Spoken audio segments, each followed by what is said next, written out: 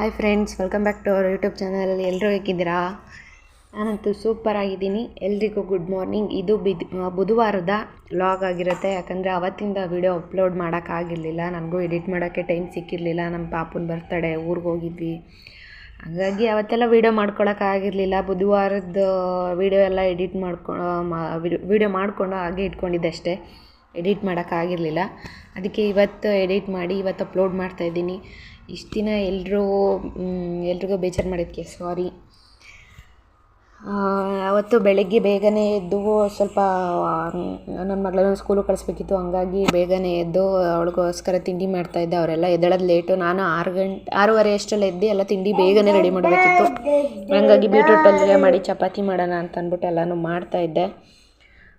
ಈಗ ನನಗೆ ಗೊತ್ತಿರೋ ಥರ ನಾನು ಬೀಟ್ರೂಟ್ ಪಲ್ಯ ಮಾಡ್ತಾಯಿದ್ದೀನಿ.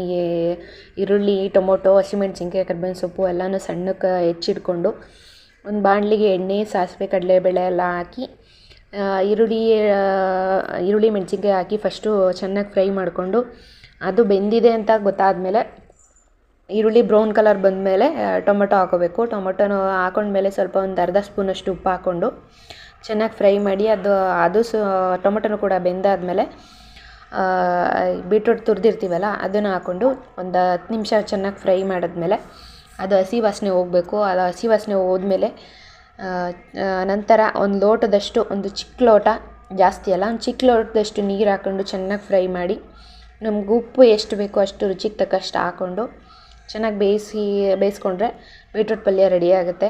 ಈ ಲಾಸ್ಟಲ್ಲಿ ಕೊತ್ತಂಬರಿ ಸೊಪ್ಪು ಉದುರಿಸ್ಬೋದು. ನಮ್ಮ ಮನೇಲಿ ಕೊತ್ತಂಬರಿ ಸೊಪ್ಪು ಖಾಲಿಯಾಗಿತ್ತು, ಹಾಗಾಗಿ ನಾನು ಹಾಕಿರಲಿಲ್ಲ. ಬೀಟ್ರೂಟ್ ಪಲ್ಯ ಎಲ್ಲ ಮಾಡಿದ್ದಾಯಿತು. ನೋಡಿ ಹೇಗಿದೆ. ಬೀಟ್ರೂಟ್ ಪಲ್ಯ ಎಲ್ಲ ಆಯಿತು. ಈಗೆಲ್ಲ ನೀರೆಲ್ಲ ಹಾಕಿ ಎಲ್ಲ ಆಗಿದೆ. ಚೆನ್ನಾಗಿ ಬೆಂದಿದೆ ಕೂಡ, ಗಮ್ಮಂತಾಯಿತು. ಮಾತ್ರ ಚೆನ್ನಾಗಿ ಬೆಂದಿದೆ, ಗಮ್ಮಂತಾಯಿತು. ಇನ್ನು ಚಪಾತಿಗೆ ರೆಡಿ ಮಾಡ್ಕೊಳ್ಳೋಣ ಅಂತ ಅಂದ್ಬಿಟ್ಟು ನಾನು ಎಲ್ಲನೂ ಕಲಿಸ್ಕೊತಾ ಇದ್ದೆ. ನನ್ನ ಮಗಳಿಗೆ ಚಪಾತಿ ಅಂದರೆ ತುಂಬ ಇಷ್ಟ. 3 ಟೈಮು ಮಾಡಿಕೊಟ್ರೆ ಬೇಕಾದ್ರೆ ತಿಂತಾನೆ ಇರ್ತಾಳೆ. ಅಷ್ಟು ಚಪಾತಿ ಹುಚ್ಚೋಳು. ಹೋಟ್ಲಿಗೆ ಹೋದ್ರೂ ಅಷ್ಟೇ, ನಂಗೆ ಚಪಾತಿ ಕೊಡಿ ಅಂತ ಹೋಟ್ಲಿಗೆ ಚಪಾತಿ ಇಸ್ಕೊಂಡು ತಿಂತಾಳೆ. ಅಷ್ಟು ಹುಚ್ಚು ಚಪಾತಿ ಕಂಡ್ರೆ. ಅದಕ್ಕೋಸ್ಕರ ಚಪಾತಿನೇ ಮಾಡ್ತಾಯಿದ್ದೆ. ಮತ್ತು ಸ್ವೀಟ್ ಏನು ಮಾಡಬೇಕಿತ್ತು, ಅಂದರೆ ಮಾಡೋಕ್ಕಾಗಲಿಲ್ಲ. ಇನ್ನು ಅವಳಿಗೆ ತಿಂಡಿ ಎಲ್ಲ ಕೊಟ್ಟು ಕಳಿಸ್ಬೇಕಲ್ಲ, ಸ್ವೀಟ್ನೇ ತಿನ್ನೋಕ್ಕಾಗಲ್ಲ ಅಂತ ಅಂದ್ಬಿಟ್ಟು ಚಪಾತಿ ಬೀಟ್ರೂಟ್ ಎಲ್ಲ ಇತ್ತು. ಹಂಗಾಗಿ ಚಪಾತಿ ಬೀಟ್ರೂಟ್ ಪಲ್ಯ ಮಾಡ್ತಾಯಿದ್ದೆ. ಇನ್ನು ಹಿಟ್ಟು ಗೋಧಿ ಹಿಟ್ಟಿಗೆ ಸ್ವಲ್ಪ ಉಪ್ಪು, ಸಕ್ಕರೆನ ಹಾಕೋದ್ರಿಂದ ಗೋಧಿ ಹಿಟ್ಟು ಸಾಫ್ಟಾಗಿ ಬರುತ್ತೆ. ಆಮೇಲೆ ಚಪಾತಿನೂ ಸ್ಮೂತಾಗಿರುತ್ತೆ ಅಂತಂದ್ಬಿಟ್ಟು ಒಂದು ಅರ್ಧ ಸ್ಪೂನಷ್ಟು ಸಕ್ಕರೆ ಹಾಕ್ಕೊಂಡು ಮಿಕ್ಸ್ ಮಾಡಿ ಕಲಿಸ್ಕೊಳ್ಳೋದು. ಚೆನ್ನಾಗಿ ಕಲಸಿ ಒಂದು 10 ನಿಮಿಷ ಬಿಟ್ಟ ಮೇಲೆ ಚೆನ್ನಾಗಿ ನೆಂದಿರುತ್ತೆ. ಆಮೇಲೆ ಚಪಾತಿನ ಒತ್ತಿ ಹಾಕೋದ್ರಿಂದಲೂ ಚೆನ್ನಾಗಿ ಬರುತ್ತೆ, ಸ್ಮೂತಾಗಿ ಸಾಫ್ಟಾಗಿ ಬರುತ್ತೆ ಅಂತ ಎಲ್ಲ ಆಯಿತು. ಈಗ ಬೀಟ್ರೂಟ್ ಪಲ್ಯನೂ ಆಯಿತು. ಇನ್ನೇನು ಅವಳಿಗೆ ಟೈಮ್ ಆಗುತ್ತೆ, ಚಪಾತಿ ಒತ್ತಬೇಕು. ಆಗಲೇ ಒಂದು 8 ಗಂಟೆ 8 ಕಾಲು ಆಗಿತ್ತು. ಇನ್ನು ಅವಳಿಗೂ ಚಪಾತಿ ಬಾಕ್ಸಿಗೆ ಹಾಕಿ ಅವ್ರ ಅಪ್ಪಂಗೂ ಹಾಕ್ಕೊಟ್ಟು ಅವಳಿಗೂ ತಿನ್ನಿಸಿ ಎಲ್ಲ ಮಾಡಬೇಕು. ಇನ್ನು ಟೈಮಾಗಿ ಹೋಗುತ್ತೆ ಅಂತಂದ್ಬಿಟ್ಟು ಬೇಗ ಎಲ್ಲ ಕೆಲಸನೂ ಮಾಡ್ತಾಯಿದ್ದೆ.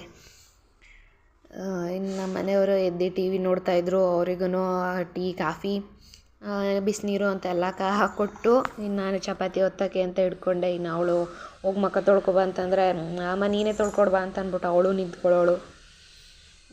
ಹಂಗಾಗಿ ಚಪಾತಿ ಇದು ಮಾಡ್ತಾಯಿದ್ದೀನಿ. ಆ ಕಡೆ ಅವಳನ್ನೂ ರೆಡಿ ಮಾಡಬೇಕು, ಈ ಕಡೆ ತಿಂಡಿನೂ ಮಾಡಬೇಕು. ಹೆಣ್ಮಕ್ಳು ಕಷ್ಟ ಅಂತೂ ಹೇಳೋ ಆಗಿಲ್ಲ. ಎಷ್ಟೇ ಕಷ್ಟ ಮಾಡಲೇಬೇಕು, ಆದರೂ ನಾವು ನೋಡಲೇಬೇಕು. ಇನ್ನು ನನ್ನ ಮಗಳನ್ನ ಸ್ಕೂಲಿಗೆ ಸೇರಿಸ್ದಾಗಲಿಂದ ಅಂತೂ ನನಗಂತೂ ಅದೇನೋ ಹೇಳ್ತಾರಲ್ಲ, ಅಷ್ಟು ಕಷ್ಟ ಅಂತಲೂ ಹೇಳೋಕ್ಕಾಗಲ್ಲ, ಅಷ್ಟು ಇಷ್ಟ ಅಂತಲೂ ಹೇಳೋಕ್ಕಾಗಲ್ಲ, ಆ ಥರ ಆಗ್ಬಿಟ್ಟಿದೆ. ಕಷ್ಟ ಅನ್ನೋದು ಒಂದು ಇದರಲ್ಲಿ ಹೇಳ್ಬೇಕು ಅಂತಂದರೆ ಬೆಳಗ್ಗೆ ಎಷ್ಟೊತ್ತಿಗೆ ಹೇಳ್ಬೇಕಲ್ಲ, ಅದೇ ನನಗೆ ದೊಡ್ಡ ಕಷ್ಟ. 6 ಗಂಟೆಗೆ ಹೇಳ್ಬೇಕು, ಎದ್ದು ಬಾಗಿಲು ತೊಳೆದು ಇವ್ರನ್ನ 3 ಜನನೂ ಏಳಿಸಿ ಅವ್ರಿಗೆ ಹಾಲು ಕಾಫಿ ಅಂತ ಕೊಟ್ಟು ನಾನು ಕುಡಿದು, ಆಮೇಲೆ ಅವ್ರಿಗೆ ಟಿಫನ್ ರೆಡಿ ಮಾಡಿ, ಇನ್ನು ಅವಳನ್ನ ರೆಡಿ ಮಾಡಿ ಸ್ನಾನ ಮಾಡಿಸಿ ಅವಳಿಗೆ ಡ್ರೆಸ್ ಮಾಡಿ ಅವಳಿಗೆ ತಿನ್ನಿಸಿ, ಇವ್ರಿಗೂ ತಿಂಡಿ ಹಾಕ್ಕೊಟ್ಟು ಅವಳಿಗೂ ತಿನ್ನಿಸಿ, ಇವನಿಗೂ ತಿನ್ನಿಸಿ, ಆಮೇಲೆ ಎಲ್ಲ ತಿನ್ನಿಸಿ ಅವ್ರಿಗೆ ಲಂಚ್ ಬಾಕ್ಸು, ವಾಟ್ರ್ ಬಾಟ್ಲು ಅಂತೆಲ್ಲ ರೆಡಿ ಮಾಡಿ ಬ್ಯಾಗಿಗೆಲ್ಲನೂ ಕಳಿಸೋ ಅಷ್ಟರಲ್ಲಿ ಸಾಕಾಗೋಗಿರುತ್ತೆ. ಇನ್ನು ನಾವು ತಿಂಡಿ ತಿನ್ನೋದೇನಿದ್ರು ಬಂದು ಇನ್ನು ಅವಳು ವ್ಯಾನ್ ಕಳಿಸ್ಬೇಕು. ಅಲ್ಲಿ ಮೇನ್ ರೋಡ್ ಹತ್ರನೇ ಹೋಗಿ ಬಿಡಬೇಕಲ್ಲಿ. ಮೇನ್ ರೋಡ್ ಹತ್ರ ಬರುತ್ತೆ, ಇನ್ನು ಮನೆ ಹತ್ರ ಏನು ಬರೋಲ್ಲ ವ್ಯಾನು. ಯಾಕಂದರೆ ಬಸ್ಗಳಲ್ವ, ಹಾಗಾಗಿ ಇಲ್ಲೆಲ್ಲ ಚಿಕ್ಕ ಚಿಕ್ಕ ರೋಡ್ಗಳು ಬರೋಕ್ಕೆ ಅಷ್ಟು ಕಷ್ಟ ಆಗುತ್ತೆ ತಿರ್ಗಿಸ್ಕೊಳಕ್ಕೆ ಅಂತ ಅಂದ್ಬಿಟ್ಟು ಮೇನ್ ರೋಡ್ ಹತ್ರನೇ ಕರ್ಕೊಂಡು ಹೋಗಬೇಕು. ಅದಕ್ಕೆ ಅವಳು ರೆಡಿ ಮಾಡಿ ತಿನ್ನಿಸಿ ಅವಳನ್ನ 9 ಗಂಟೆ ಅಷ್ಟರಲ್ಲಿ ವ್ಯಾನ್ ಬರುತ್ತೆ, ಅಲ್ಲಿ ಕರ್ಕೊಂಡು ಹೋಗಬೇಕು. ಅವಳಿಗೆ ತಿನ್ನಿಸಿ ರೆಡಿ ಮಾಡಿ ಇನ್ನು ಅವ್ರ ಅಪ್ಪ ಬೇಗ ಹೊರ್ಟೋಗ್ತಾರೆ. ಒಂದೊಂದು ಸಲ 8:30ಗೆ ಹೋಗ್ತಾರೆ, ಒಂದೊಂದು ಸಲ 9 ಗಂಟೆ 9:15 ಆ ಥರ ಆಗಿಬಿಡುತ್ತೆ. ಅದಕ್ಕೆ ಅಷ್ಟರಲ್ಲಿ ಕರ್ಕೊಂಡೋಗಿ ನಾನೇ ವ್ಯಾನ್ ಬರೋದು ಒಂದು 10 ನಿಮಿಷ ಮುಂಚೆನೇ ಹೋಗಿ ಕೂತಿದ್ರೆ ವ್ಯಾನ್ ಬರ್ತಿದ್ದಂಗೆ ಹತ್ತಿ ಕಳಿಸ್ಬೋದು. ಆ ಥರ ಅಷ್ಟು ಮಾಡಬೇಕು. ಇನ್ನು ಅವಳನ್ನ ಕಳಿಸ್ಬಿಟ್ಟು ಬಂದು ನಾನು ಆಮೇಲೆ ತಿಂಡಿ ತಿನ್ನಬೇಕು. ಆ ಥರ ಡೈಲಿ ಇದಾಗ್ಬಿಟ್ಟಿದೆ ನನಗೆ. ಇನ್ನು ಚಪಾತಿ ಎಲ್ಲ ಮಾಡಿದ್ದಾಯಿತು, ಇನ್ನು ಅವಳಿಗೆ ಬಾಕ್ಸ್ಗೆ ಹಾಕ್ಕೊಡ್ತಾ ಇದೆ. ಇನ್ನು ನಮ್ಮ ಚಿಂಟುನು ಅಲ್ಲೇ ಕೂತ್ಕೊಂಡು ಚಪಾತಿ ನಾನು ಬೇಯಿಸಿ ಮಾಡಕ್ದಂಗೆ ಅವನು ತಿಂತಾ ಕೂತಿದ್ದ. ಇದು ಶಾಪ್ಸಿಂದ ಆರ್ಡ್ರ್ ಬಂದಿತ್ತು. ಒಂದು 2 ಟೀ ಶರ್ಟ್ ಆರ್ಡ್ರ್ ಮಾಡಿದ್ದೆ ನನಗೆ ಡೈಲಿ ವೇರ್ಗೆ.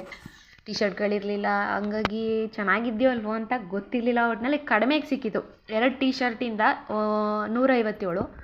ಅದಕ್ಕೋಸ್ಕರ ಪರವಾಗಿಲ್ಲ ಅನ್ನಿಸ್ತು.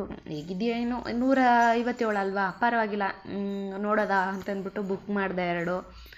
ಅದನ್ನೇ ಅವತ್ತು ಬುಧವಾರನೇ ಪಾರ್ಸಲ್ ಬಂದಿದ್ದರಿಂದ ಅದನ್ನೇ ಓಪನ್ ಮಾಡಿ ನಿಮಗೂ ತೋರಿಸ್ತಾ ಇದ್ದೀನಿ.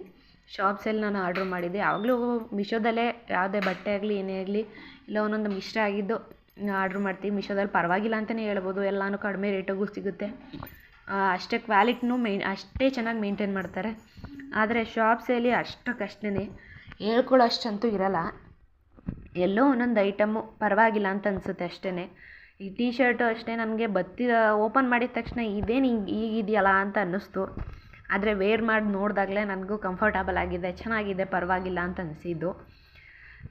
ಇವೆರಡು ಟೀ ಶರ್ಟ್ ಕೊಡ್ಬೋದು ಆರಾಮಾಗಿ 157, ಏನು ತೊಂದರೆ ಇಲ್ಲ, ಕೊಡ್ಬೋದು ಅಂತ ಅನಿಸಿದ್ದು. ನನಗೂ ತುಂಬಾ ಇಷ್ಟ ಆಯಿತು. ವೇರ್ ಮಾಡಿ ನೋಡಿದ್ಮೇಲೆ ಗೊತ್ತಾಗಿದ್ದು ನನಗೆ ಯಾವ ಥರ ಅಂತ. ಇನ್ನು ಇದು ಬುಧವಾರ ಸಂಜೆದು ನಮ್ಮ ಮನೆಯವರು ಸೂರ್ಯನ ಚಿಂಟು ಬರ್ತಡೆಗೆ ಕೇಕ್ ತಂದಿದ್ರು. ನಮ್ಮ ಅಕ್ಕ ಜಾಸ್ತಿ ಏನು ಗ್ರ್ಯಾಂಡಾಗಿ ಏನು ಮಾಡಿಲ್ಲ, ಸಿಂಪಲಾಗಿ ಮಾಡಿದ್ದು ಅಷ್ಟೇ. ಡೆಕೋರೇಷನ್ ಅಷ್ಟು ಫೋಟೋ ತೊಗೊಳಕ್ಕೆ ನಮಗೆ ಟೈಮೇ ಸಿಗಲಿಲ್ಲ. ಕೇಕ್ದು ಆಮೇಲೆ ಹಿಂದೆ ಡೆಕೋರೇಷನ್ ಹಿಂಗೆ ಮಾಡಿದ್ದು ಅಂದರೆ ಸಿಂಪಲಾಗಿ ಗೊಂಬೆಗಳದ್ರಲ್ಲೇ ಮಾಡಿದ್ದು. ಅಷ್ಟಾಗಿ ಇದು ಮಾಡೋಕ್ಕೆ ಹೋಗಲಿಲ್ಲ, ಫೋಟೋ ವೀಡಿಯೋ ಅದೆಲ್ಲ ಮಾಡ್ಕೊಳಕ್ಕೆ ಹೋಗಲಿಲ್ಲ.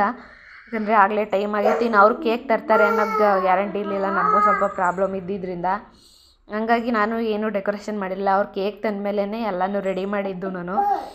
ಇನ್ನು ಅವರು ಮಕ್ಕಳಿಬ್ರಿಗೂ ಸ್ನಾನ ಮಾಡಿಸಿ ಅವರು ಸ್ನಾನ ಮಾಡ್ಕೊಂಡು ರೆಡಿಯಾಗಿ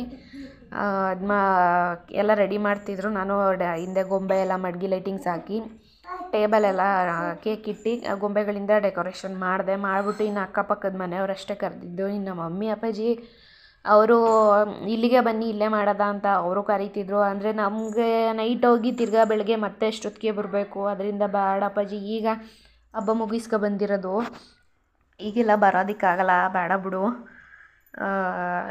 ಸಿಂಪಲಾಗಿ ಹೆಂಗೋ ಇಲ್ಲೇ ಮಾಡ್ಕೋತೀವಿ ಅಂತ ಹೇಳ್ದೋ. ಹಂಗಾಗಿ ಹೋಗಿದ್ರು ಆಗಿರೋದು. ಅಂದರೆ ಬೆಳಗ್ಗೆ ಅಷ್ಟೊತ್ತಿಗೆ ಅವಳಿಗೆ ಸ್ಕೂಲ್ಗೆ ವಾಪಸ್ ಬರಬೇಕು, ಈಗ ಹೋಗೋದು ತಿರ್ಗಾ ಬೆಳಗ್ಗೆ ಓಡಿ ಬರೋದು, ಚಳಿಲಿ ಮಳೆಗೂ ಮಕ್ಳಿಗೂ ಹಿಂಸೆ ಅಂತ ಅಂದ್ಬಿಟ್ಟು ನಾವೇ ಹೋಗಲಿಲ್ಲ, ಸುಮ್ಮನಾದೋ. ಇನ್ನು ಅಕ್ಕಪಕ್ಕದ ಮನೆಯವ್ರನ್ನೆಲ್ಲ ಕರೆದಿದ್ವಲ್ಲ, ಅವರೇ ಕೇಕ್ ಅವರೇ ಇದ್ದರು, ಕಟ್ ಮಾಡಿಸಿ ಕೈಲಿ ಅವರೇ ಒಬ್ಬೊಬ್ಬರಾಗಿ ತಿನ್ನಿಸ್ತಾಯಿದ್ರು. ಎಲ್ಲ ತಿನ್ನಿಸ್ದಾದ್ಮೇಲೆ ಅಂದರೆ ಫಸ್ಟ್ನೇ ವರ್ಷ ಸ್ವಲ್ಪ ಗ್ರ್ಯಾಂಡಾಗೆ ಮಾಡಿದ್ವಿ. ಅಂದರೆ 2ನೇ ವರ್ಷ ಅಷ್ಟೇನು ಬೇಡ ಸೆಲೆಬ್ರೇಷನ್ನು ಅಂತ ಅಂದ್ಬಿಟ್ಟು ಸಿಂಪಲಾಗಿ ಮಾಡಿತ್ತು. Thank you for watching. Next ವ್ಲಾಗಲ್ಲಿ ಸಿಗೋಣ, ಬಾಯ್.